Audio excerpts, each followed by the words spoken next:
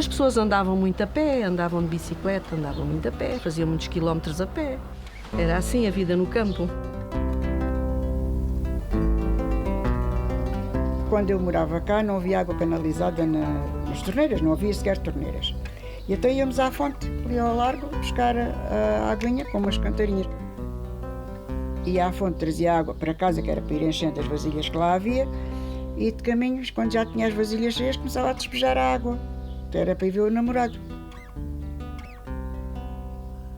O meu pai ofereceu esta boneca à minha mãe quando se namoravam. Eu lembro-me sempre de a ver. Sempre. Havia muito mais gente, havia um cabeleireiro, havia alguns 3 barbeiros, padarias, havia sapatarias, havia tudo. Havia essas coisas todas aqui no Escoral. Eu recordo-me do meu pai ouvir o Rádio Portugal Livre, que salvo erro era emitido da Argélia, a pedir liberdade para os camaradas Cunhal e Soares, mas o meu pai dizia-me: temos que pôr o rádio baixinho porque a GNR pode passar.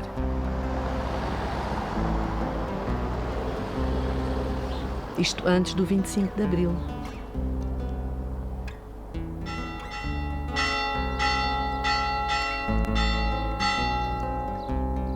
Aqueles cinemas ambulantes ali no Ars da Fonte, ainda me lembro, sentávamos ali, nem cadeiras havia, no chão, havia o Papa Rapsados.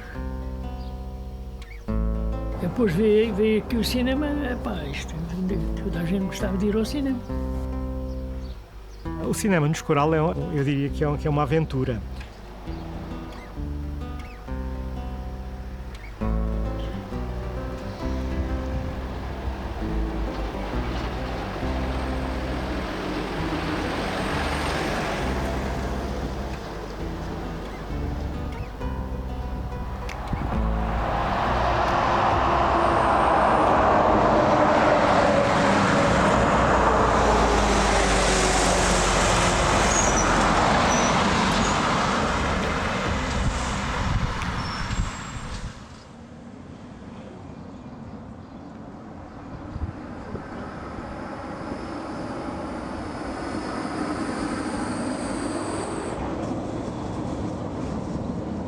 Era uma alegria que a gente, também ali o alto-falante punha a funcionar e a gente assim começávamos a ouvir a música, vai da rapaziada vir tudo chegar para aqui, pimos ao cinema.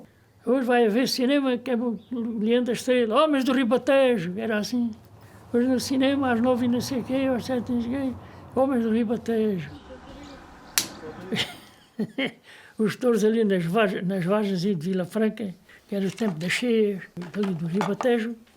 E então, lá de andar com os cavalos, a tirar dali as vacas e os touros, que é para não ir andar com a abaixo, aquilo era mesmo cheio, grande. Se a gente gostava de ver aquilo.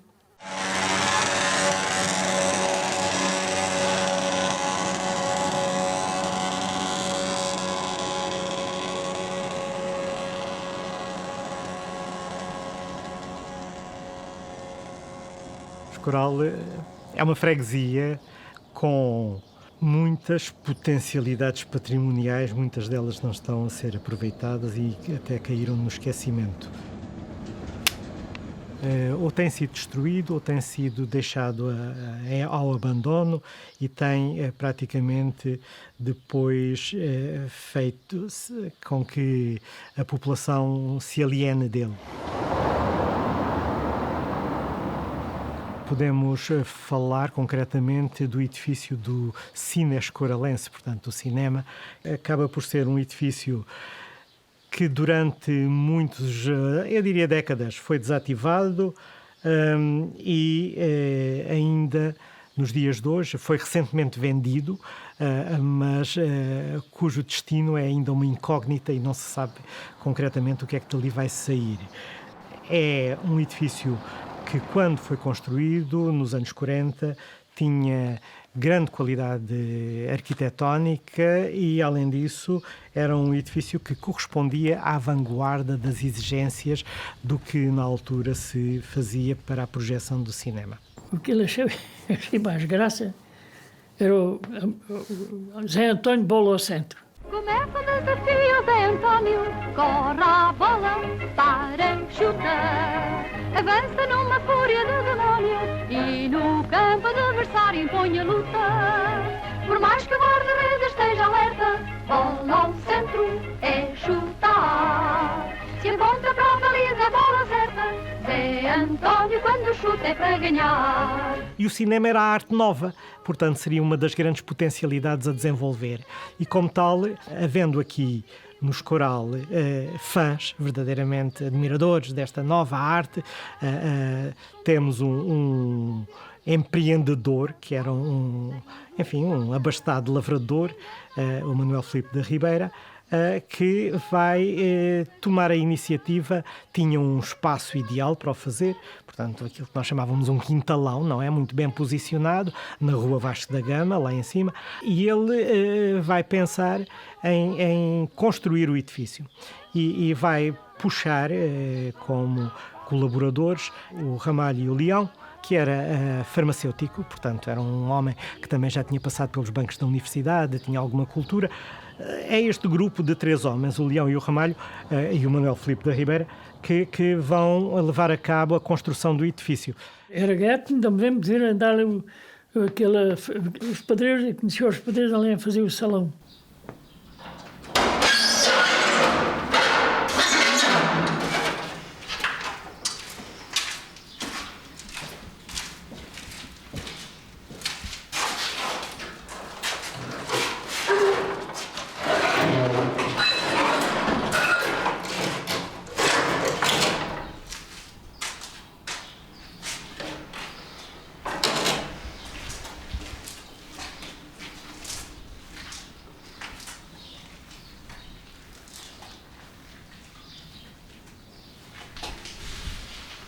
Há mais de 40 anos que está fechado este edifício. Sim, sim. Há mais de 40. 40 são garantidos, não é? 40 garantidos, mas é provável. 42 anos, 43. Há muitos, há mesmo muitos. Isto degradou-se a um ponto tal, enfim, que agora vai ser necessário muito trabalho para pôr isto a funcionar. Se por acaso for esse o final, o efeito, não é? Fui o último a sair daqui. Depois de entregar a chave, não sei se veio aqui mais alguém, mas penso que não. Pelo menos lá para cima não iam, porque ninguém percebia nada daquilo. Só eu. Há tanto tempo que eu não via este álbum. Ao alto da casa, não é? Puseram uma mesa com os doces, com os bolos, com o bolo de noiva. Quando foi a partir o bolo de noiva, elas puseram o véu da noiva por cima, as amigas todas, minhas, na vez, estão aqui, que andavam à costura comigo. Esta é a Maria da Graça, esta é as raparigas do Porto, esta é a Tuda. Há aqui a Joana, estas raparigas todas puseram o véu por cima e os noivos partiram o bolo de noiva e depois foram dar um bocadinho de bolo a cada uma, que era o uso. Eu tenho a impressão que esta foto aqui foi no salão, foi a entrada do salão. Quase tenho a impressão, porque vê-se aqui as portas do salão, além do cinema. Aquilo era grande e havia muita gente e tivemos que fazer nesse sítio, porque em casa não podia ser. Não havia espaço em casa. E não havia outro lugar aqui na vila para fazer? Havia a sociedade, mas achámos por bem além, porque achámos melhor. Aquilo era o antigo salão que chamavam e achámos melhor ser além naquela casa enorme. A par do edifício construído, existe na traseira depois também uma esplanada com uma tela em que era possível fazer também a projeção de cinema ao ar livre no período de verão. Lá na esplanada, né? Punha lá naquela parede branca lá atrás, punha lá acho que punham assim uns barrotes e um pano branco para a gente estar lá na fresca, lá na esplanada. Ainda me lembro de estar lá na esplanada. Essa de que eu estava a falar de estrelas de Portugal, onde estava Maria de Lourdes Rezende. Acho que isso foi lá, fizeram lá um palco lá naquele quintalão, e aí é que estava a festa a ser feita. Estava assim, era de verão e estava calor, foi lá.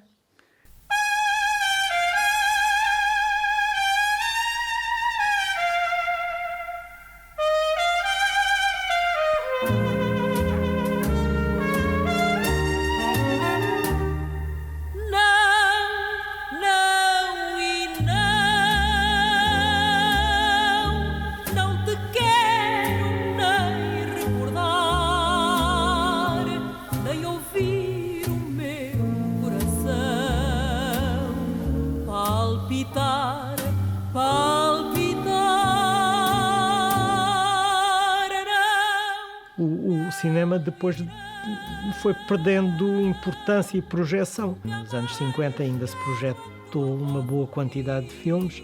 Gradualmente o cinema foi perdendo projeção porque as pessoas também não tinham capacidade económica para frequentar o cinema. Porque ao fim e ao cabo havia bilhetes a 5 escudos na altura, quando um pão de quilo custava 3 escudos. Portanto, não havia a possibilidade de uma pessoa ir ao cinema dessa maneira, não é? Isto fez com que o projeto cinema no Cine Escoralense afundasse. E o edifício acabou por fechar. Depois foi comprado por um lavrador, o Gonçalves da Barbosa, que tentou transformar o cinema de uma maneira muito pragmática. Ora, se era um lavrador, ele queria era um celeiro. Assim que também se soube do facto, ele foi logo imediatamente alertado de que estava a infringir um edifício que foi construído com uma determinada finalidade e que estava a ser usado para outros fins, não é? Com esta chamada de atenção, ele também, naturalmente, que fechou o salão. E a partir daí, o salão servia para quê? Aqui tiveram que pôr mais uma mesa, porque as pessoas eram muitas. E então tiveram que pôr mais uma mesa para pronto, rapazes caberem, almoçar e isso. E depois teve que ser tirada, porque aqui é que era o espaço do baile.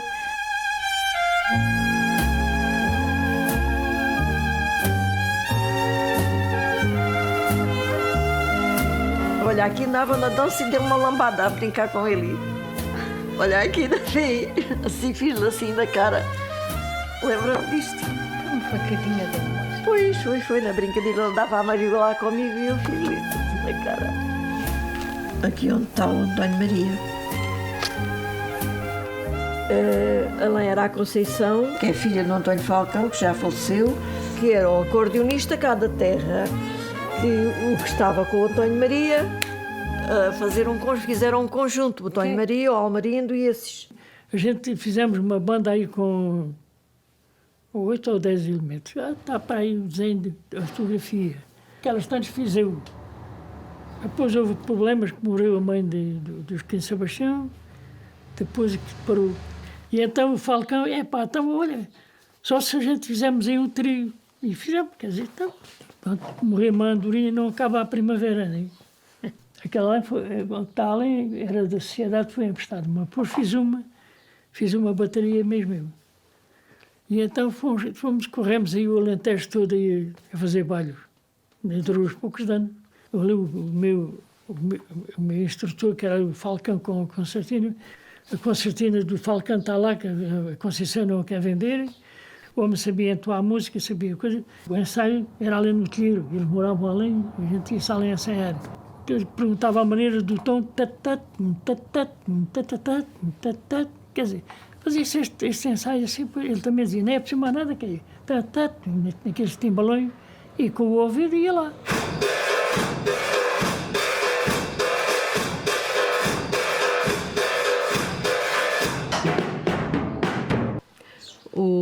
O acordeão representa o meu pai, uma vez que eu conheço este acordeão em casa desde que conheço o meu pai, toda a vida. Portanto, eu já nasci a ouvir música. O meu pai ensinou-me a ouvir e a apreciar a música e a apreciar, a distinguir o que era bom e o que era mau. E então eu consigo, o meu gosto pela música vai desde a música popular até à música clássica. O meu pai foi feliz com a música. Ele formou um trio com o irmão que tocava saxofone e um amigo que tocava bateria. Anos 50, esse trio, viajou também pelo Alentejo durante alguns anos largos. Tinha um repertório enorme de vários ritmos, várias músicas, várias canções, e que eu ainda guardo parte desse espólio, essas pautas que ele deixou arquivadas.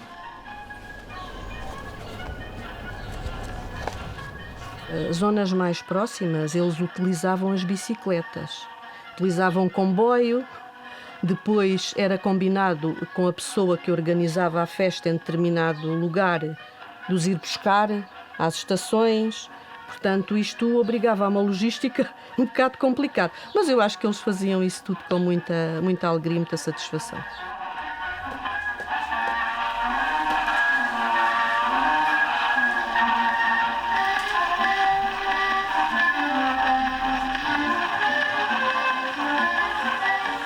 Cinema, só me lembro dali se fazerem festas, haver ali alguns eventos, e depois até foi utilizado para se fazer ali ginástica, aquele espaço.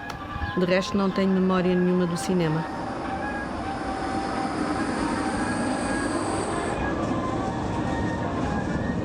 Havia rancho, faziam um rancho, ensaiavam também os miúdos, havia cantares. Cantavam, a Guilhermina cantava e imitava artistas. Lembras-te da Adelina da Isalete? Sim. Era uma grande festa. Era sempre à noite. Era à noite. Ora, aqui é uma peça de teatro. Eu faço de velhinha com as minhas duas colegas, que era a Maria Isabel e a outra rapariga, não sei o nome dela. Isso devia de andar no terceiro ano. No final do ano. Isto foi nos anos 60. Vamos ver como é que está o resto? Vamos.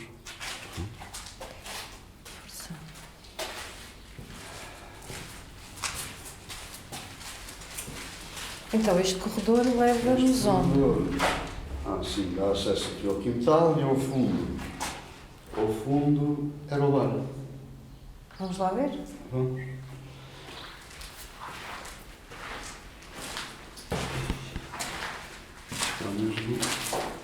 Está mesmo melhorado.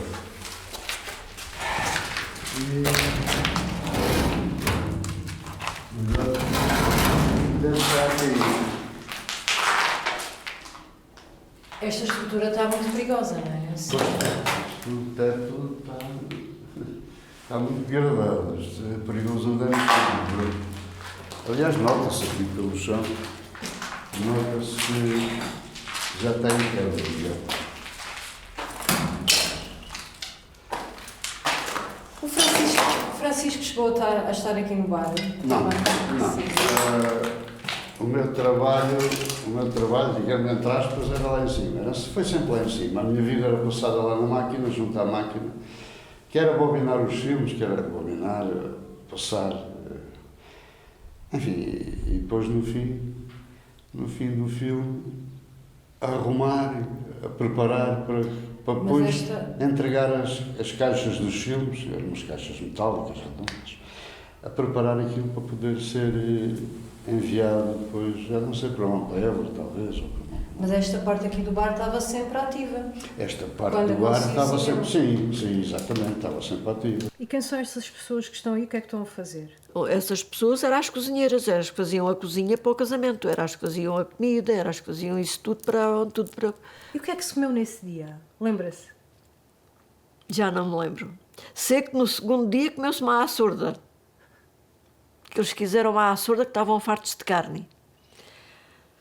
Eu acho que era assados, foi bacalhau, mas já não me lembro bem como é que era feito e como foi feito. Sei que ouvi esta senhora aqui, era uma grande cozinheira, era pastéis, eram essas coisas que estavam todas a fazer lá. Em dia de festa tudo à grande, não falta de nada. Já passou tanto tempo e eu não via isto há muitos anos e agora estou-me a comover com coisas que vejo. Esta menina é Edilberta e que é sobrinha da noiva. Sim, recorda-me de, sei lá, a boda ser lá e nós depois brincarmos ali. Havia a cozinha, acho que aquilo, o bar tinha qualquer cozinha. Tinha uma cozinha, Pois, que elas faziam. Fazia assim um corredor, tinha a cozinha, as casas de banho ao lado esquerdo.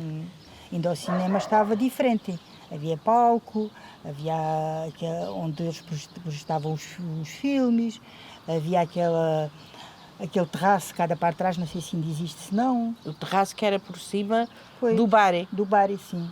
O salão estava já a ser dar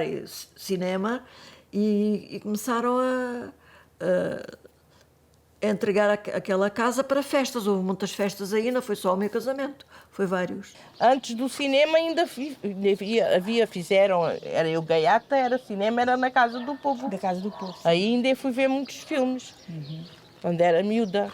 Olha, quando foram à Lua, pela primeira vez, que foi lá na Casa do Povo, a gente foi todas ver, aquilo foi um acontecimento. Um acontecimento foi. Era lá na Casa do Povo.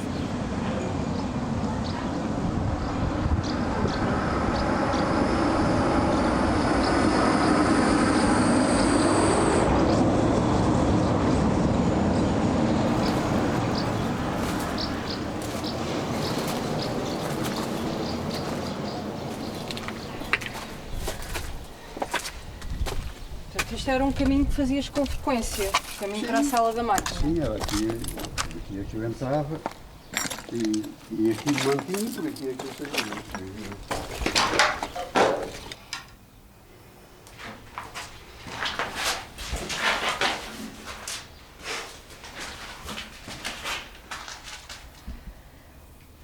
Pronto, chegámos ao teu local de trabalho. Pois foi. Ainda tem a mesma capa, ninguém mexeu. Queres tirar a capa? Eu ajudo-te aqui.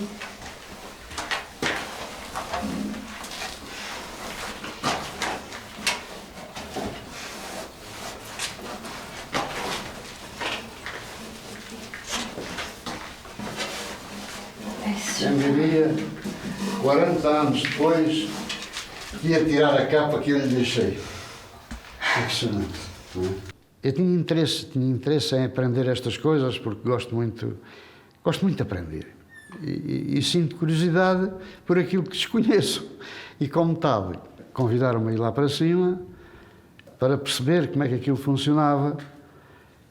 E houve alguém que achou que eu devia dar continuidade porque o indivíduo que dava aí, que fazia a projeção, era um indivíduo de Évora chamado Zé Liaça, que eu penso que foi ele que me ensinou a projetar. Cuidado.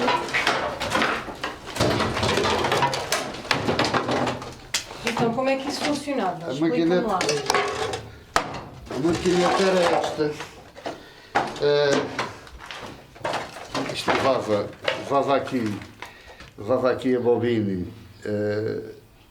digamos a bobina virgem, e a outra bobina era introduzida aqui. E depois passava os milhares de metros de filme. Manualmente, tentando ou pressionando a bobina com o filme para que a fita ficasse esticada, porque se não ficasse esticada depois ali trepidava e os frames sobrepunham-se. Segundo eu ouço, esta sala funcionava como silo de sementes. Havia aqui, na altura da ocupação, na altura que pediram a chave ao proprietário para poder dar continuidade àquilo que já tinha sido anteriormente, projeção de filmes, cinema. Quando pediram a chave ao proprietário, ensacaram a cevada, e creio que era a cevada que estava aqui, e entregaram a cevada ao proprietário, fizeram a limpeza do espaço e começaram a dar aqui cinema. Nessa altura já não era o Sr. Manuel da Barbosa, que era o primeiro dono, que era o pai, era já aqui o pai da Gina, que era o Joaquim Gonçalves, e então o homem já estava deitado, apareceu aquela gente toda aí lá acima, que aquele tempo tinha medo ao diabo. E então foram lá para o outro, foram uns para aqui, outros para ali, que queriam a chave do salão para apanhar o salão. O salão foi apanhado assim. Estamos no 25 de Abril. O 25 de Abril traz uma abertura de utilização do cinema para determinados tipos de cinema que eram proibidos. Íamos assistir àquilo que nos ofereciam. Íamos desenvolver algum espírito crítico para sabermos mais ou menos aquilo que nos agradava. depois do 25 de Abril, o Cine ainda começou a ter algum fulgor. As cooperativas ocuparam algumas propriedades, isto é nosso, vamos ocupar, e formaram então a cooperativa Unidade Coletiva de Produção Salvador Joaquim do Pomar. Nós somos trabalhadores e temos força na vida. Nós somos trabalhadores e temos força na vida. Todos juntos combinados formamos a cooperativa. Todos juntos combinados formamos a cooperativa. Eu trabalhava na cooperativa e faziam a expropriação das herdades. Iam todos para tirar, porque eu ia também, trabalhava aí. E quando foi o cinema, do cinema, eu também vim. Só que o proprietário, claro que não me cumprimentava. Passava para mim na rua e não me cumprimentava. Não é? Eu dizia, bom dia, Sr. Joaquim. E a resposta era zero. Não é? O grande problema do Sr. Joaquim era a conservação da máquina. Ele tinha um amor àquela máquina como eu, digamos assim. O Sr. Joaquim não tenha problemas. A máquina está limpa, está oleada, está tapada. Eu trago a chave e eu vou lá com o Sr. Joaquim e vamos lá ver como está a máquina para que o Sr. Joaquim perceba que está devidamente acondicionada. Então o Sr. Joaquim, a partir daí, claro, começou-me a tratar de uma maneira diferente. Notava-se perfeitamente que ele estava contente porque eu lhe tinha dito que a máquina estava bem acondicionada e bem arrumada e tapada e lubrificada. Eu não me lembro quem foi a primeira pessoa depois do 25 de Abril que passou os filmes, não sei, não me lembro. Mas depois houve uma altura que quem ficou foi o meu marido. Fita partida. Uau, mostra lá. Fita partida. Anda, camarada, anda, vamos fazer união. Anda, camarada, anda, vamos fazer união. Quando era filmes que podia trazer a minha filha, que era pequenina, trazia e vinha. Outras vezes deixava com a minha mãe e vinha eu para vir com ele assistir ao filme, depois esperava que ele rebobinasse os filmes todos e depois é que ia. Eram sempre os últimos a sair do cinema. Cine Escoralense, hoje às 21 horas, vamos ver tal. E anunciava o filme que era, com os atores tal, naquele inglês alentejano, não é? Era o Cine Escoralense, era. Era mesmo. Estava lá escrito. Pois era. Todas as semanas, ao sábado, passavam filmes no Cine Escoralense e havia música a anunciar o filme toda a tarde, até à hora do filme, e depois chamava as pessoas e tinha sempre muita gente. Estava sempre cheio. Isto era uma alegria, estava sempre cheio. Onde havia o cinema, havia bailes, havia festas, havia... Pronto, começou a haver mais animação, mais convívio. Mesmo com as televisões, já que na altura já havia televisão e passavam filmes, mas era diferente e as pessoas gostavam mais e pronto, e iam e participavam e era convívio, além do... Depois havia o bar onde se juntavam todos e era diferente.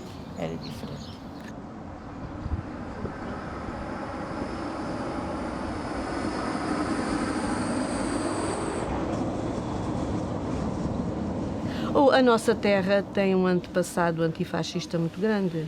As pessoas tinham consciência do atraso em que se vivia, não havia desenvolvimento de forma nenhuma. E então as pessoas tinham essa consciência. Começou a haver progresso, a haver os carros e as pessoas saíam daqui, iam para outros locais, menos público. Mas depois começaram-se a aborrecer, pouco e pouco, não foi preciso estar a pedir a chave que elas entregaram. O dinheiro que se apurava aqui, o lucro, começava a ser insuficiente para o aluguer dos filmes. Antes de alguém começar a ter que meter dinheiro do próprio bolso, fechar isto.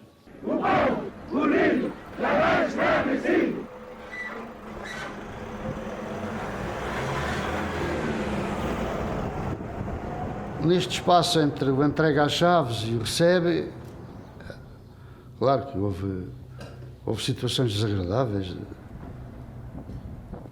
Eu tinha que entregar as chaves à comissão que geria o espaço. Tinha sido que eu não tinha feito confiança em mim, com as chaves a meu poder. Foi a quem entreguei as chaves. Essa própria comissão foi entregar as chaves ao Sr. Joaquim.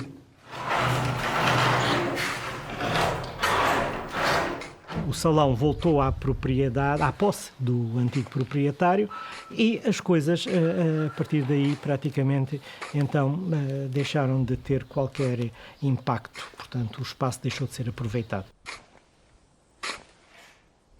Já evitava passar aqui, mas quando passava sentia uma certa nostalgia.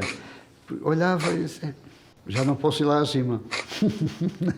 Já não vejo a máquina, como é que estará. E preocupava-me, porque como a tratava como se fosse minha, não queria que ela degradasse, porque era minha, entre comas.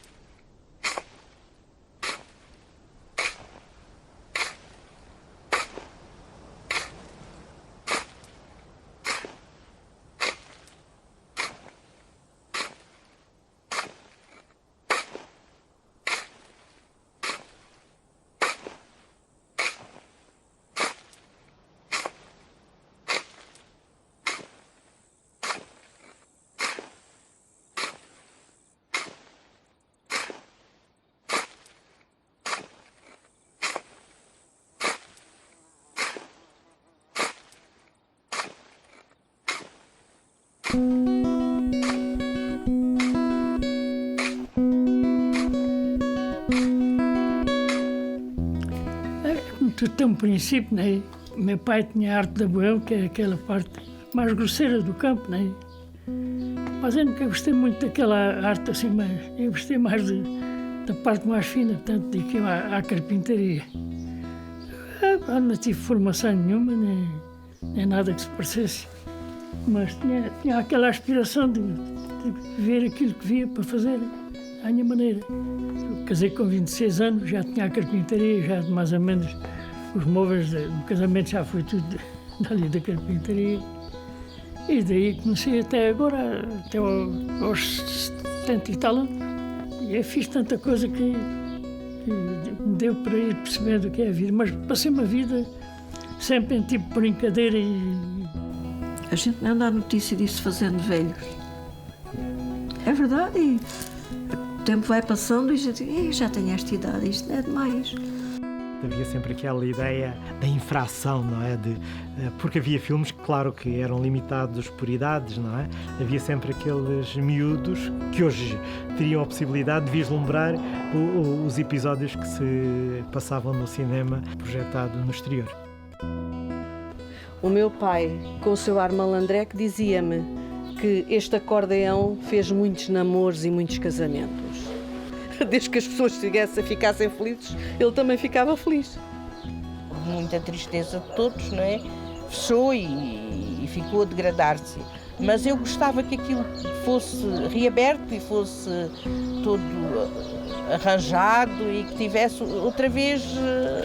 Aquela sala de espetáculos. Pois, sala de espetáculos e que voltasse a receber pessoas e até mesmo para os jovens, que os jovens aqui não têm nada. Nada, saem daqui para outros lados, porque aqui não há nada. Para aqui, um salão de festas pouco provável. Está lá embaixo a Sociedade Recreativa às Moscas, fechada. Há um bailarico lá de vez em quando, nada que se diga que tem um bom aproveitamento. A rapaziada nova vão trabalhar para outros lados, Évora, Montemor, conhecem outras pessoas, por lá ficam, conhecem outros eventos e depois não há nada que os fixe aqui. Ou seja, quem vive no litoral, ao chegar ao interior, olha para trás e diz assim, mas que é isto? Portanto, não há nada que prenda aqui as pessoas. Isto é um deserto. Não olhes para mim, não olhes, que eu não sou o teu amor. Eu não sou como a figueira que dá fruto sem flor. Oh, ciranda, cirandinha, que andas sempre a cirandar, lá nos campos da azeitona, anda a ciranda no ar, anda a ciranda no ar, anda a ciranda no chão. Oh, ciranda, cirandinha, amor do meu coração. Alentejo não tem sombra, senão a que vem do céu. Assenta-te aqui, amor, nas abas do meu chapéu. Oh, ciranda, cirandinha, que andas sempre a cirandar, lá nos campos da azeitona, anda a ciranda no ar, anda a ciranda no ar, anda a ciranda no chão. Oh, ciranda, cirandinha, amor do meu coração. Na ladeira do teu monte, é isso que eu mais invejo. Nasce água clara na fonte, nasce o sol no Alentejo. Oh, ciranda, cirandinha, que andas sempre a cirandar, lá nos campos da azeitona, anda a ciranda no ar, anda a ciranda